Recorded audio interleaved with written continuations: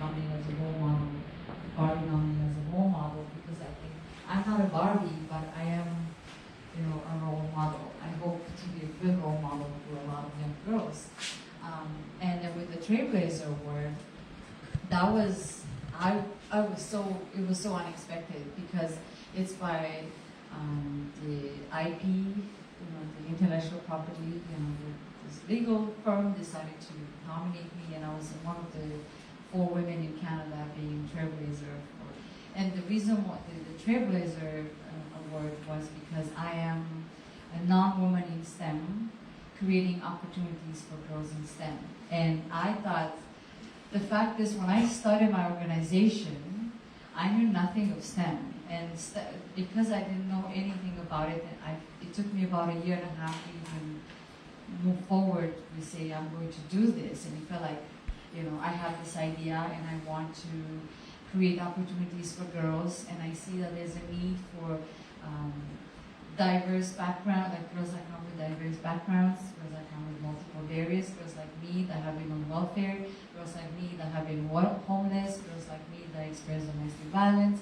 So I felt like, it took me a long time. I didn't have the actual education and STEM education, but I think that in order to create opportunities in this field is to open doors to people that generally aren't accepted or aren't promoted or aren't supported in this field. So this, it took me a long time to create this organization, to accept the idea that I can do this.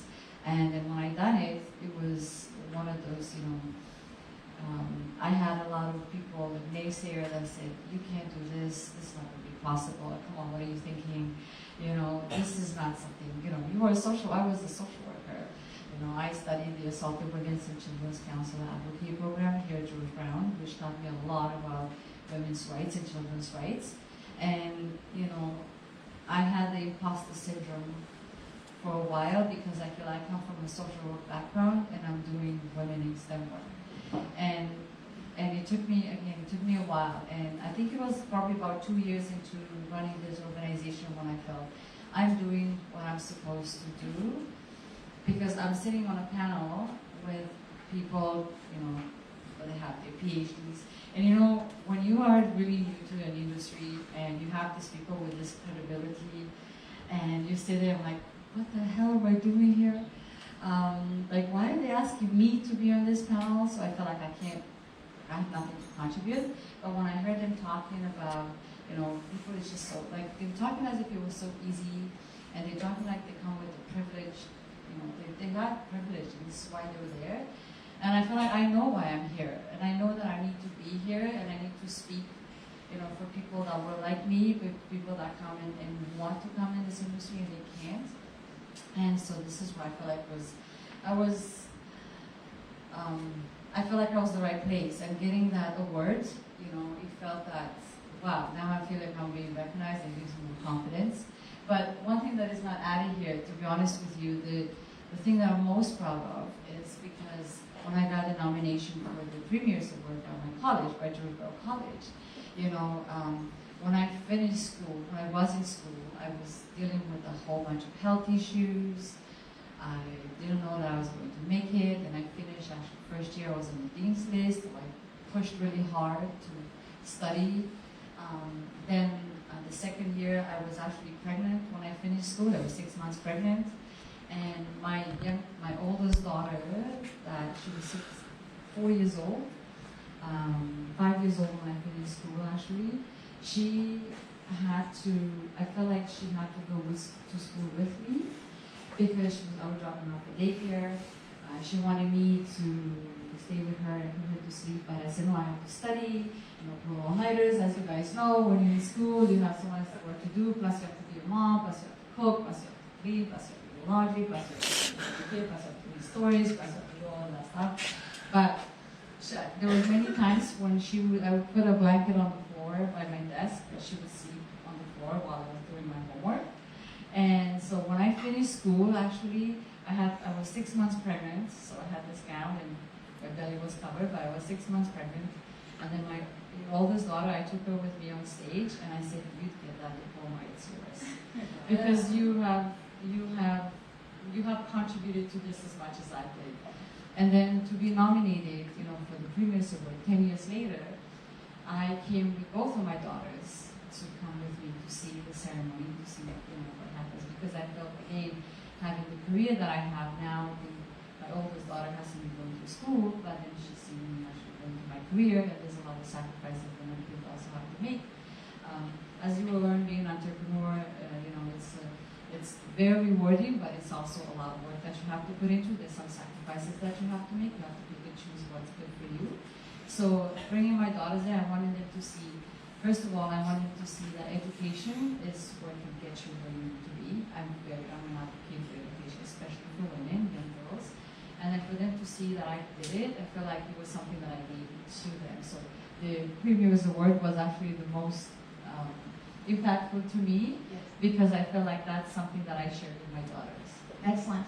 Thanks for sharing. And one of the great things about networking with women and is hearing we share our personal stories, and that our personal stories inform and create who we are. We've had some conversations about, as a student, how do you balance studying and wanting to get an A and wanting to do 100 things at once. One of the people that I find that has the most number of ideas and balls in the thingy is Tamara. How do you do it? And how do you manage and keep that self-worth feeling going? I just have to comment on one thing you said, Mona. When you were talking about Barbies, it made me reflect on my childhood, because I just realized my dad was an entrepreneur, because when we were younger, there were no Barbies that looked like me in the 70s. So you guys know how old I am now, but anyway. There were no dolls that looked like me. So my dad decided, it was me and my older sister at the time, he was going to start a business with black dolls. So he started a business with his best friend, and we had the most beautiful dolls, because we had some dolls back then, but all of the black dolls, all of them, had an afro. And I wanted to braid my Barbies hair, right? Like other people could style hair, I couldn't do that. So I was just like, no, I want a doll that I can style hair. So my dad made sure to get Barbies for us, and they had long hair, and we could do all this stuff. So that was really fun. So anyway. Excuse me. So yes, I am very much into, I'm a free spirit. I always have been. It was my parents' character builder, apparently, because I was always doing things that were outside of the box. Just 1 second, excuse me.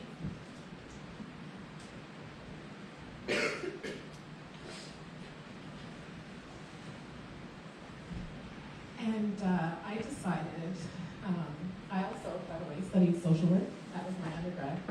So people are like, what is happening with you? You're studying social work, you're going to law school. After law school, while I was actually working as a lawyer, I took a makeup artistry course. People were like, who are you? Like, what is happening? And I'm just like, I've always been a free spirit. I like all of these things, so I'm going to do all of these things.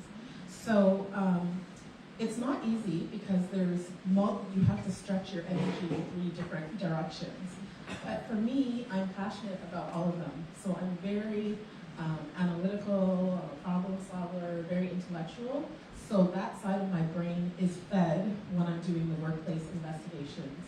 Also, my social work background helps me to deal with the crisis situations. I'm really good with people, and my social work background has really helped me with that.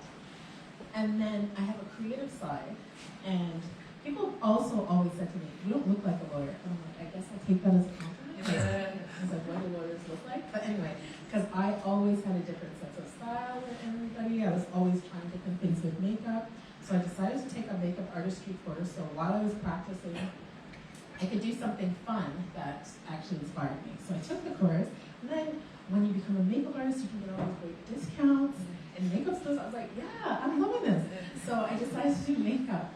And then last year, so how I ended up getting into doing the workplace investigations was there was a restructure in my workplace, and I was looking for a permanent opportunity.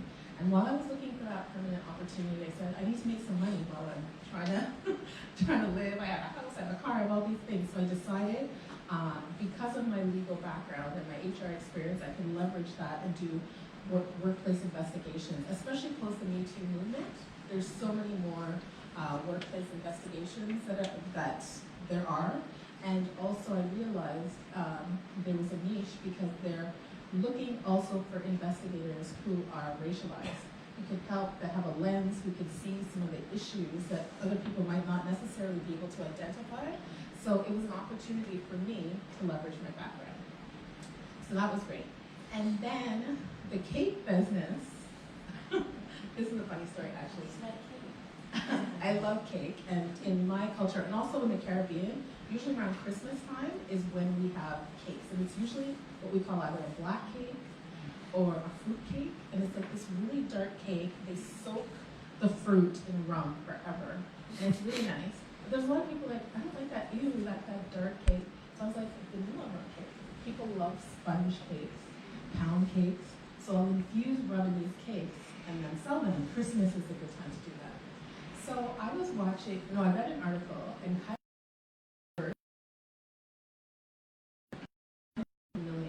this is from her. What?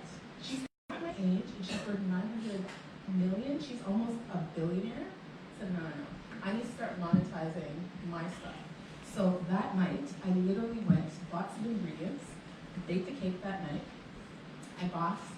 My boxing class was on Saturday, so I read the article on Friday, went to my boxing class with samples, and gave them to people. I got orders right away. So that made me think, yeah, I can do this.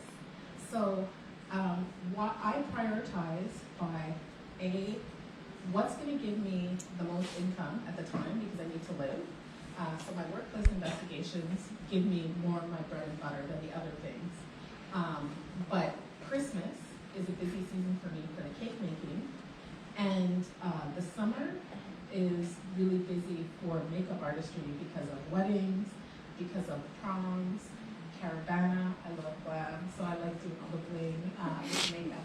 So I try and do my priority based on kind of the cycles of when I know will be busy.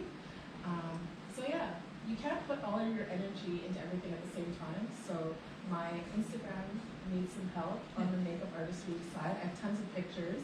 I'm happy to talk to anybody who can tell me about the world of hashtags and how to get more followers because I'm, again, dating myself, but I'm trying to learn about these things, so I need more presence in social media. But yeah. There's a few people on here that are social media businesses, no? Oh, they might have been one of the notions. When someone asks for help, think about how much it's worth. Okay? Yes, so anyway. So I guess having all these businesses works for me because I'm passionate about all of them. And the makeup and the baking helps me to relax, gives me energy, where the workplace investigation is more something that kind of sucks for energy because it's hard and you're challenging situations, so it helps me balance. And Lisa, you've just decided to become an entrepreneur now, and now we're dealing with the issues of how do I prioritize and make sure I'm getting the things that need to be done right now and then. Yeah, absolutely. Focus is, my husband reads Blinkist. I don't know how many people here have Blinkist or any book, but he keeps pointing out every book that talks about time management and focus because he can see spinning a lot of the time. I had spent my whole career as a salaried employee, and my last job was with Scotiabank. I was in brand strategy and media, and I've always had that paycheck. And like a lot of other areas, we were restructured, and I found myself on my own. And it was really the first time, like the first part of my career was spent in the arts. I worked at National Gallery of Canada and the AGO, and then flipped over because I needed to make money at some point. I wasn't going to do that not-for-profit, so flipped over to the bank and had 20 years in the bank, sort of moving into different positions and so on. And I always thought I was the person who needed the paycheck. And as I moved up through the organization, and my team got bigger, there were people who did that. So anyway, after I left, I decided I didn't want to go and interview for another corporate job. I wasn't I was in the right state of mind to go and sell myself. I was kind of done with that. And I knew there was a lot I wanted to do, but had no idea what to do. And our business idea actually stemmed out of sitting in our backyard one night after a couple of bottles of wine and having some people over.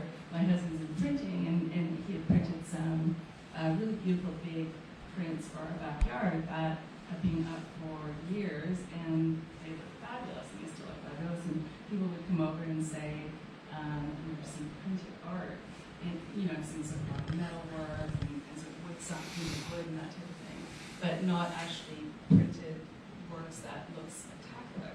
And after several bottles of wine and then leaving, we looked at each other and said, we've got a business idea.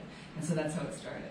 And so the big learning, there's a million big learnings, and every day is a big learning, but the big one that Karen's talking about is really, I'm jumping from social media posting to accounting to trying to understand how you set up shipping for an e-commerce site to the website's already out of date. It's only been up for a couple of months, that type of thing. So it's, and the other sort of key area, and I think it's really, really important, in particular for women entrepreneurs, is sales.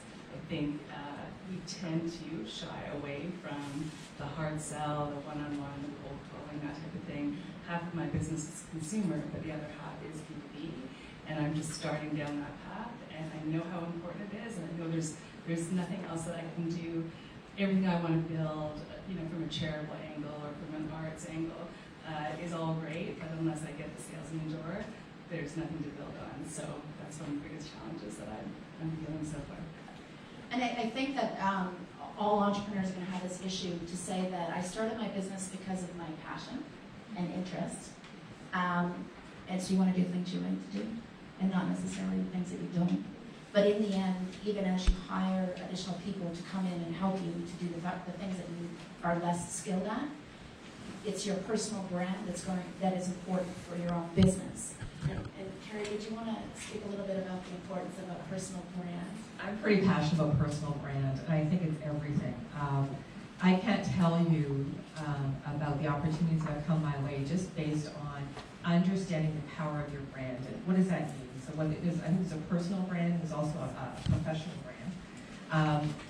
I think it's really important for people to understand, and early in my career I had some great coaching where somebody said, how do you want to be perceived? What impact do you want to have? So whether it's me professionally, whether it's me personally, or within my business, how do you want to be perceived? And that was a big realization, because in my executive roles, I'd walk into a room, I'm very people-orientated. I mean, I come from healthcare. I like people. I'm very energized by people, and I would find it really interesting that I thought I was coming in as Carrie, but the people in the room thought I was coming in as a chief operating officer. And I thought, why is everybody so obviously not so warm and fuzzy with me? Because I thought I was coming in as Carrie, but understanding that my title was coming in room first. So it was just kind of being more aware of it. I know it's very obvious to everybody, but understand who you are. And I'm not talking about how you look. I'm not talking about how you dress. That's not my point here. It's knowing what you want to be. And is there a disconnect? So if the impact today is, you want to be perceived as somebody who people take seriously, or you want to be approachable, that you want to be engaging, whatever that is, make a mental note and be deliberate about that, right? Because sometimes we just let it go. And when I do some speaking engagements on brand at different schools, I always ask people to do 2 exercises for me, and they don't really know what that means, and they don't say, okay, I want a piece of paper where you write your name. So my name is Carrie Bois. Then I want you to kind of, on the flip side, write Carrie Inc. What does that mean? Because Carrie Bois may be on Facebook, and I'm sharing, and that's a whole different conversation that I have that I won't get into. But Carrie Bois is personal, it's who I am. And my values don't change, by the way, whether I'm personal or in business. I'm pretty consistent in what I believe in, and that comes with time and confidence. But when you say Carrie Inc., you start to change a little bit, right?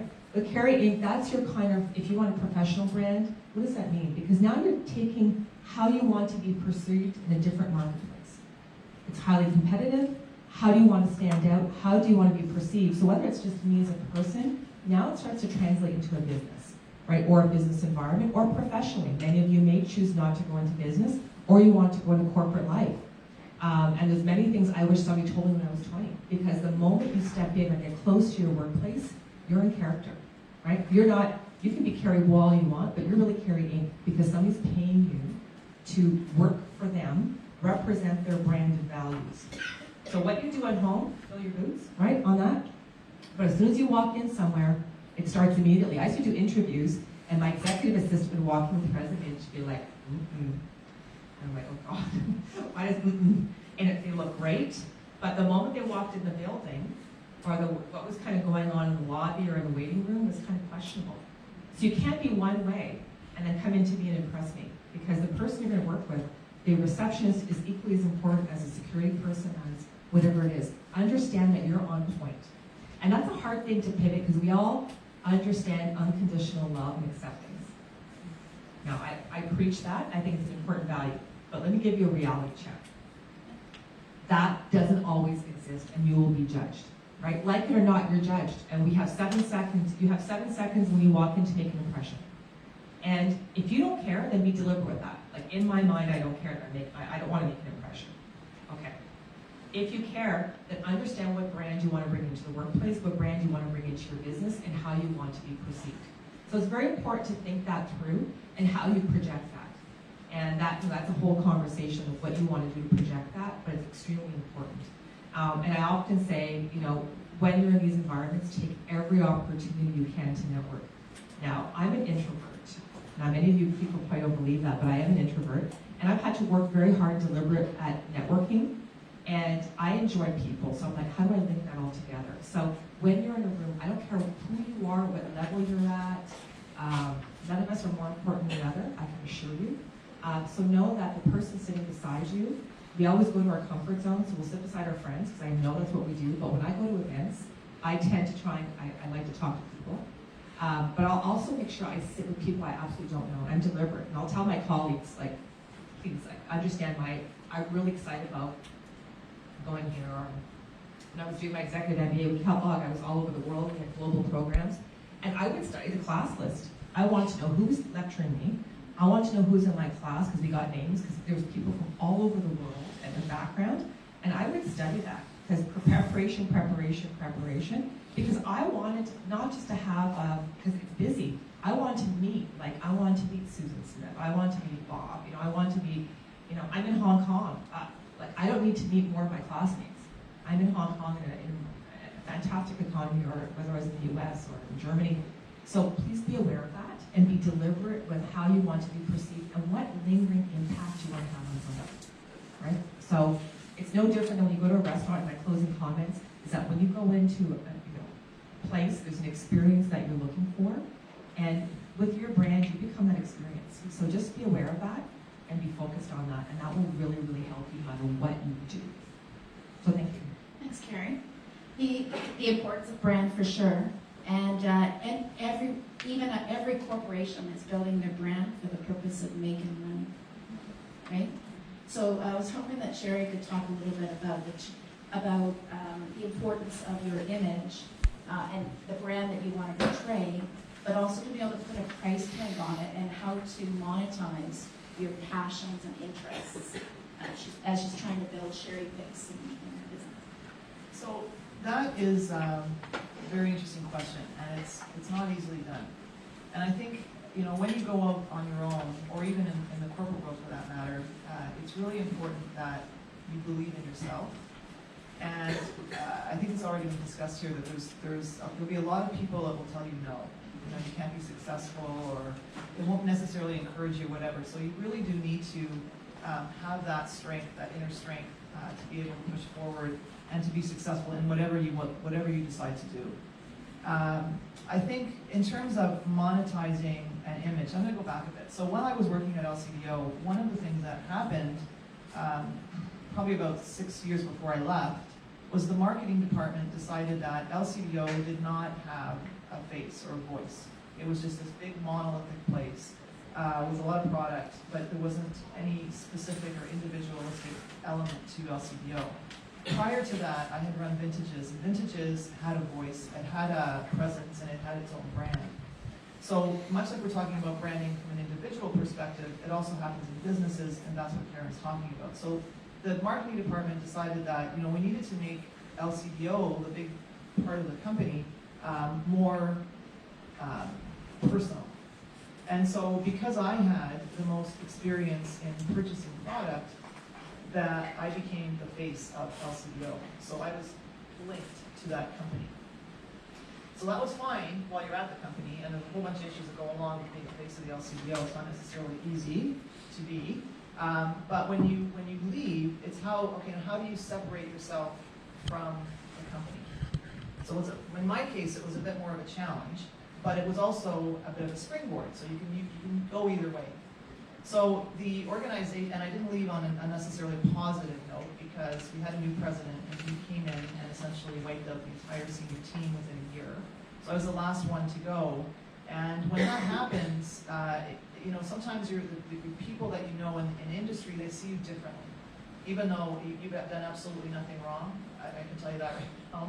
You've always met our numbers, you know, you've exceeded everything, and, you know, had the highest engagement in the company as far as the team is concerned. So this may happen to you, and you mustn't take it personally. And that was the one thing I didn't take it personally, because I knew there was nothing else that I could do differently or better than what I was doing. So that's a piece of advice I want to give to you, because that's unusual. I found that when my colleagues were let go, or other people, like some of my staff, they were devastated for months. One of my colleagues actually, she had basically a nervous breakdown and never really recovered. So you need to understand that when you go to work, and Carrie's pointed this out, you need to be on point, you need to be strong, and you need to just, you know, do the best you can do. And sometimes that's not good enough. And that's not a personal thing, it's a business thing. And people that you work with, although you're colleagues, they are not your friends. Never ever think that somebody that you're competing with is your friend, because corporate world is a vicious place. Amen. It's a very, we're going to be a little bit more positive. it's a very, very vicious place. But anyway, so that's what you need. That's how you need to build your resistance on that. Well, I'm going to talk about more of that when we have the table topic.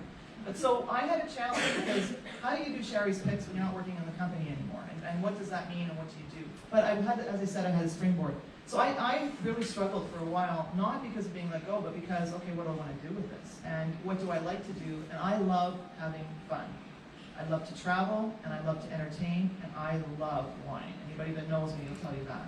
So what do you do with all this stuff? So I had some help, and I developed a website. So I do blog, actually right now for Metroland Media as well, something else I do. And decided to diversify. And so, as I mentioned, you know, I do some consulting work and things like that, but it's very important.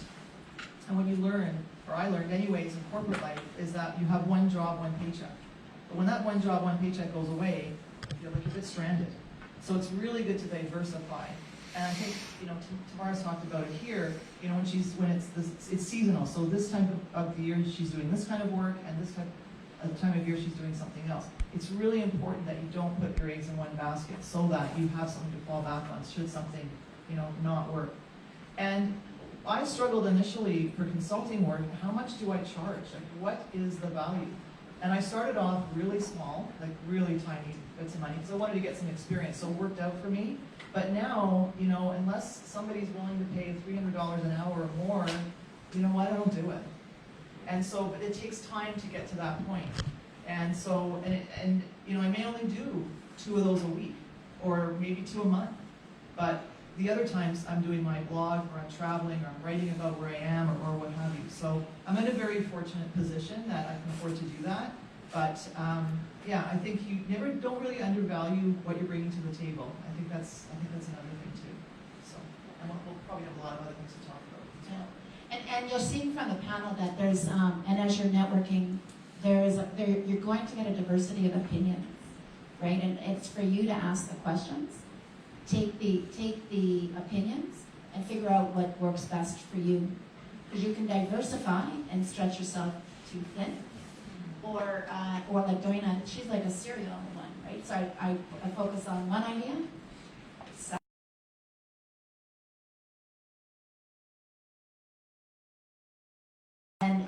And others are just trying to figure out how to focus on the administration of the business versus and trying to avoid selling, money. And as Stephanie, in your role, you've worked with a lot of different small business owners. What types of challenges and how would you prioritize them? Yeah, that's a very good question. And again, I think we've heard from Lisa about all the different things she has to do in a day to make her business successful. And Joanne talked about that as well. So again, you could be one day selling, or one moment selling, the next moment updating your website, the next moment doing some accounting. And so what I have found is that small businesses and startups really have a hard time deciding what is important for that particular day. And the reason that they struggle with that is, again, they have inadequate resources. They're sometimes, again, they're doing everything themselves, and they get a little bit caught up in the trees. And I think you've probably all heard the expression, you can't see the forest for the trees. So one of my, areas of practice is saying, let's actually step back and see the forest. Because you actually need to see, is there a hole in the forest over here? Is there a fire over here? And then you need to spend your energy on the thing that is most important for that period of time. But that's a hard thing to do. We talk about time management. I mean, all these things are, there's so much, so many comments I want to react to here. One of the things I think it was Carrie who said that she had a coach at some stage in her career, and that coach asked her a question. And that was a big learning for her. And so the question was, how do you want to be perceived? I think all of us could think back to a time in our life, whether it was a parent or a trusted teacher, even when you were very young, who asked you a question that really made you think. And that is when we do our best learning, right? So for me, I'm a curious person. I have lots of different interests. I was thinking about, again, how similar we're also different, but yet we're also similar. We have a lot of we all have a creative side. When I'm a piano player, I love music. I travel around the world going to concerts. When I was in high school, I was a piano teacher because I'd already been a tutor because I was one of those smart girls and I was a tutor, but I loved piano, and so I started teaching piano lessons. So again, I started saving up for my university education that way. So anyway, my point is that asking questions is something that I just love doing. I'm a really curious person. I like to know. I read the paper every day. I read lots of papers. I like to know what's going on in Canada, in the world, in my city. What's going on with you today? What's your interest? So asking the right questions is a very important skill, and we don't all develop it. We don't all have it innately. It takes time, and you build your judgment in your career, in your profession over time. And so I really try to focus on what is the right question we need to ask today. And some of you may, again, if you're more experienced, you'll have heard this question: what problem are we trying to solve? So when you're doing a strategy, or again, trying to grow your business, or trying to become more profitable, what problem are you trying to solve? So sometimes, again, people are very focused on the growth line because they need to be, because they need the money to be coming in. These days, again, if any of you are in the tech space, you'll know, or if you read about it, you'll know that a lot of companies, huge companies like Uber, are actually not profitable. So think about that for a minute. They're spending more money than they're bringing in. Now they have funding and they have investors, and it's very sophisticated and complex. But just recently I read that Uber is cutting jobs. Guess why? Because they realized, we've gotten too kind of big and fat and corporate, and they realized you do need to actually make money. So it's actually it's literally kind of been in the press recently, these big tech companies kind of going, we actually at some point do need to make money. So for the, I'll just say the last, 10, 15, whatever number of years, when you think about high-tech companies, people talk about the number of users. How many users, how many followers, and so they get very focused on building their number of users and followers. So one startup I was working with, they were talking to me about, we were going to meet with a funder in New York, and they were very excited about that, which was the right way to feel. But I said, how much much does it cost you to acquire one of those users? And so, what do you mean? It's a tech platform. They just start to follow us and it's word of mouth and it costs nothing. And I said, how many employees do you have? Oh, we have about 20. How much does that cost you? Look, there is a cost to acquiring users. And if you don't know that cost, it's very hard to grow your business profitably. I know I'm touching on a lot of things here, but I think the bottom line is, for me, it's about asking the right questions.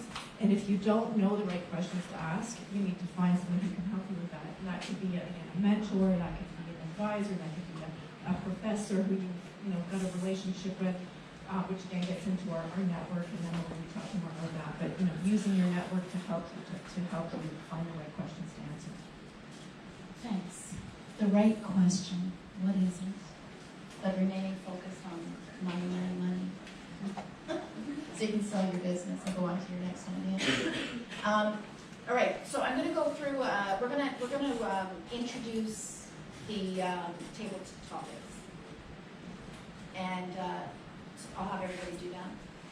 And after break, I'm going to tell you how we're going to organize the table talks, given the number of people that we have.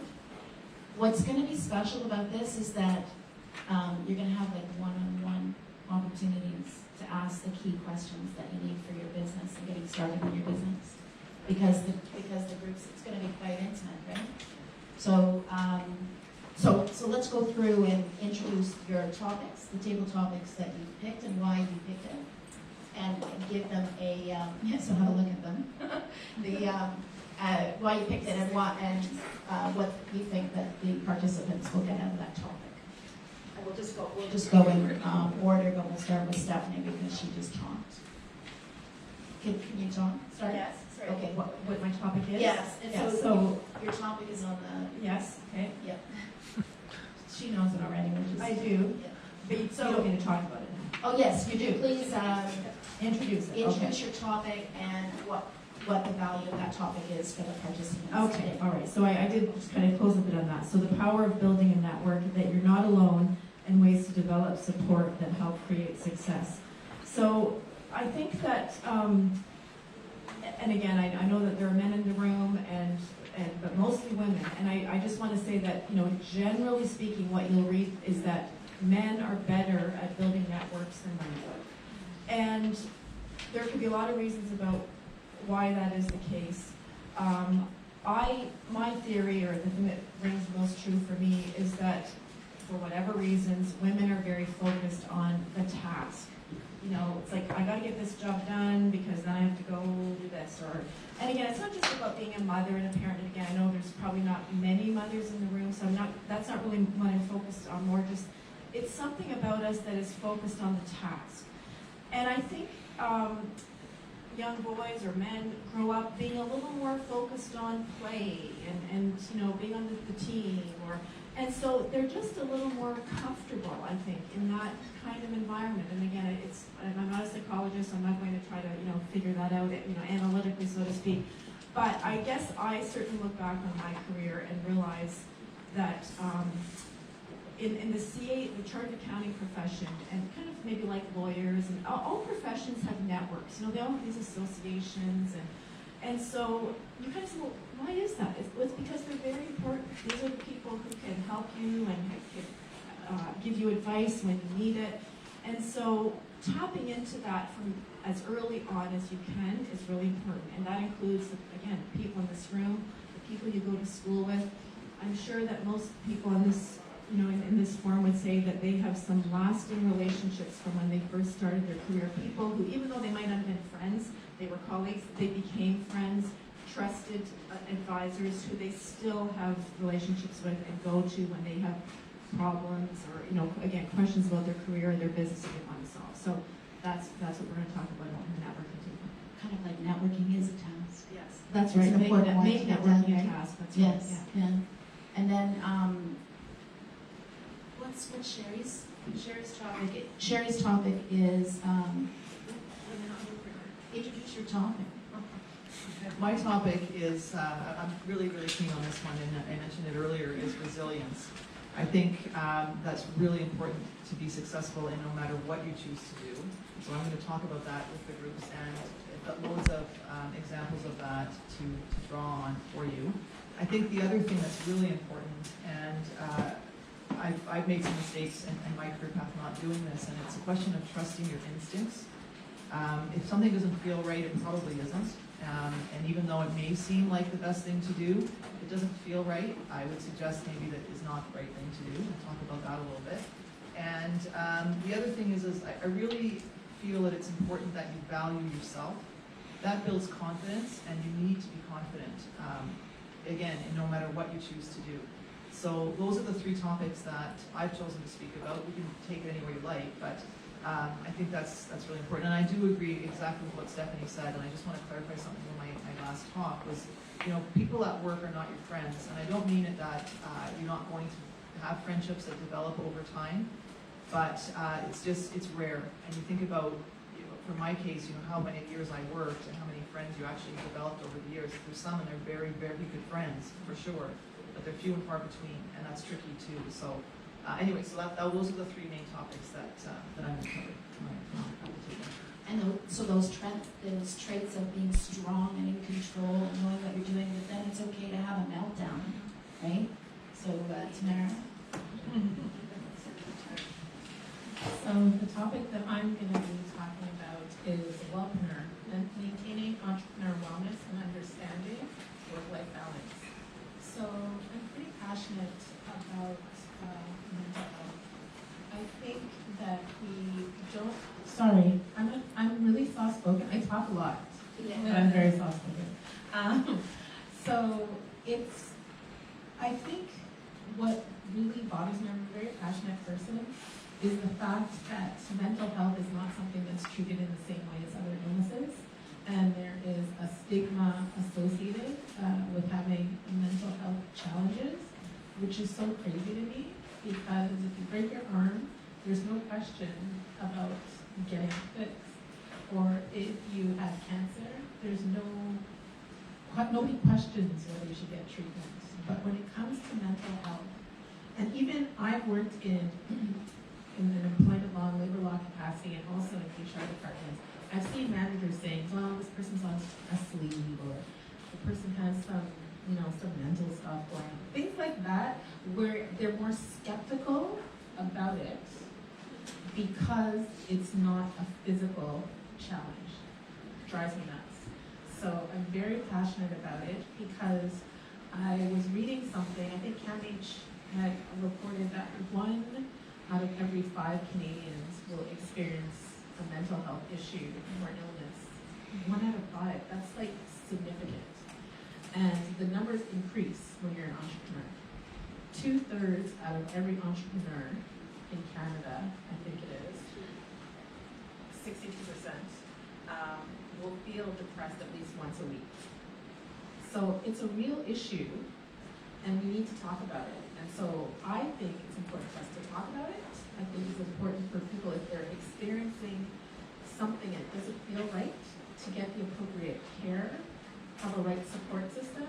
Because I can tell you, I remember the day Robin Williams died, and I was so sad. I don't know the man, but I knew him through his movies. I cried because I said, this is somebody, like, I wonder if he had the right support system. Like, you start questioning.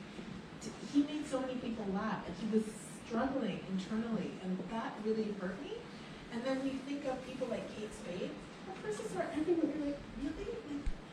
Like, do people have the right support system in place? Are they getting the help, or are they afraid to get help because of the stigma? So you don't talk about it, so you don't get treatment, and then it can get worse. So it can literally be the difference between life and death. And so for me, I'm an advocate because of that. I don't like injustice. I don't like unfairness. And for me, I struggle with, the other thing I struggle with, and maybe I need to talk to Justin about this, is like, why is it that for mental health, right, if you need help, you have to pay for that, right? And it's not cheap, right? If you have a physical ailment, you use your health card. But God forbid you have a mental health problem and you need help. You have to be thinking about how am I going to afford treatment. It's crazy. Actually, I'm going to stop. We do it. She'll do it if she starts talking about it. That's the type of person she is. So then we'll talk a little bit, because personal branding is sort of related, because in our personal branding, we're hiding all of our worth.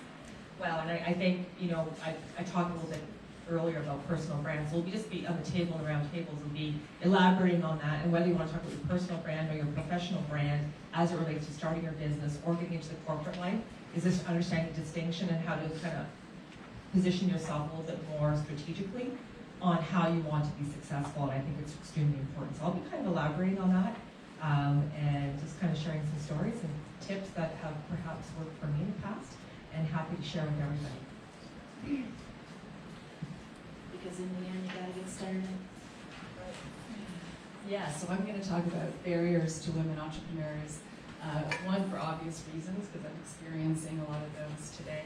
But two, because there's a lot of parallels to the barriers that women experience in the corporate environment as well. And I think it'll be interesting to sort of draw those out and talk about them.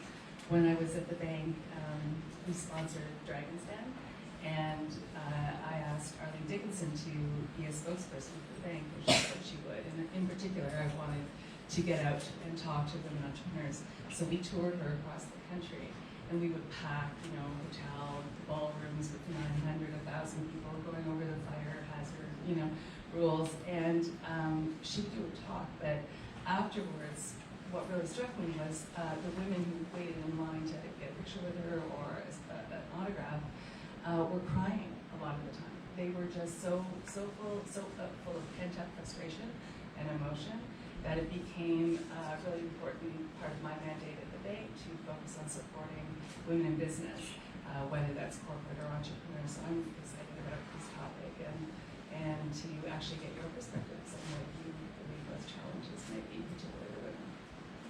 And then know how to get money without crying. Yeah, actually. Well, I have a lot to say on this because I started my nonprofit when I had to borrow money from my mom. She had to give me $80 because I didn't have enough money to pay for the actual incorporation fees and stuff. But also studying, working with the demographic that I work with, getting financing, it's super hard and it takes a lot of, perseverance. But I think something that stands true to why I've come so far is integrity. You have to have that first. And I've come to the point where I'm not bragging because I still have a lot of work to do. There's still a lot of funding that I need to raise, but it's becoming to the point where now companies come and says, I would like to support you financially because of the work that you do.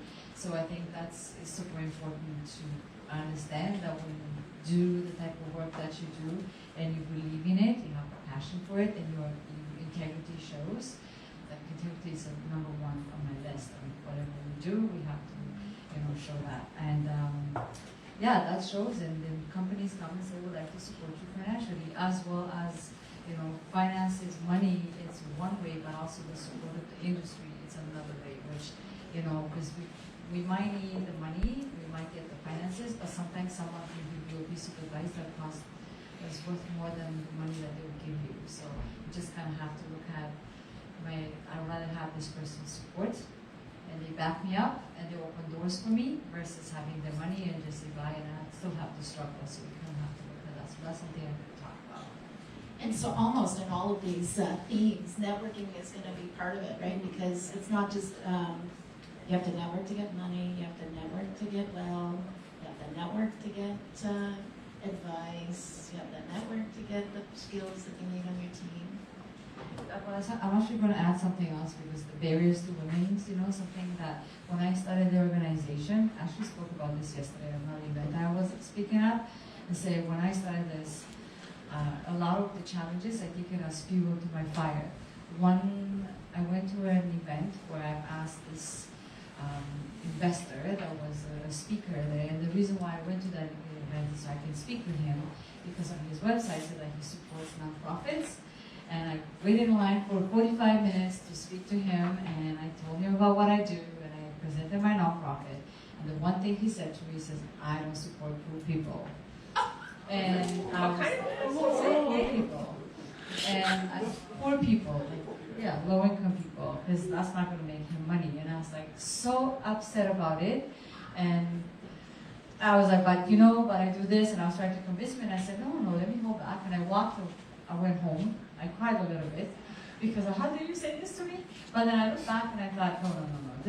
I'm going to show you that one day you're going to come to me and you're going to want to give me money, and I'm going to tell you my terms and conditions by which I will accept your money. I only work with some rich people, right? Well, I accept funding. I don't accept funding from everybody. Integrity is important.